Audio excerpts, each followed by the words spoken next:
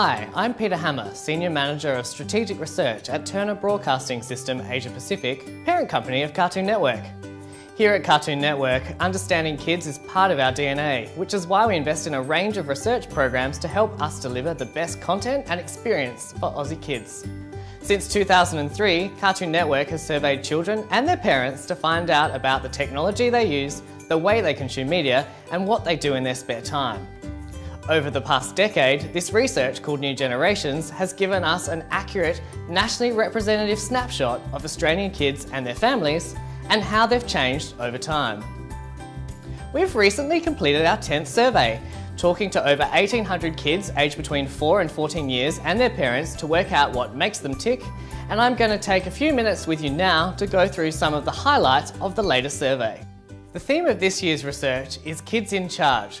But why are kids in charge exactly? Our research has shown that kids in homes with access to subscription TV generally have high incomes at their disposal. Cartoon Network is leading the charge when it comes to kids' viewing habits. Kids are telling advertisers they love TV and internet ads compared to other mediums. And when it comes to purchasing products, those featuring characters are the first choice by far. But that's just a general overview.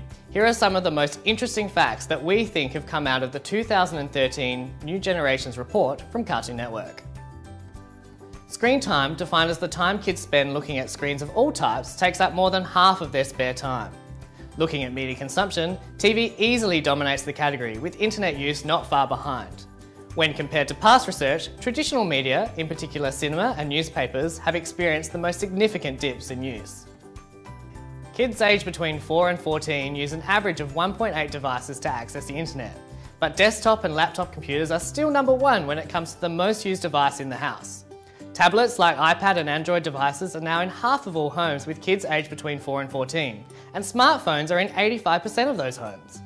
In 2011, our research showed that only 15% of kids with mobile phones surveyed owned a smartphone, and in 2013, New Generation shows that that figure has changed to a whopping 51% of kids with phones. We found that when using smartphones, 69% of kids regularly use apps, which has doubled in just 18 months. We also found that only half of parents actually paid for apps for their kids to use, with 1 in 3 of these parents admitting that they paid more than $10 for apps in the last month. Finally, when it comes to pocket money and spending, most Australian states saw a decline in the amount of pocket money kids have access to, with only New South Wales and ACT notching up a 13% increase. While the amount of pocket money is slightly lower than the previous survey, kids still have access to an impressive $1.6 billion of annual spending power, which is an increase of 5.3% in the past 18 months. Our research showed that kids who have access to subscription television generally have a larger spending power, having $677 to spend per year compared to $418 in homes with no subscription TV. When it comes to how kids and parents shop, most kids spend below $20 on purchases. We found that parents use ads and rely on their kids to work out what to buy for them, while kids rely on TV and online advertising compared to traditional media and social media to find out what the latest cool thing is. Well, that's it for now. Thanks for taking the time to learn more about what kids are watching, doing, buying and consuming in 2013.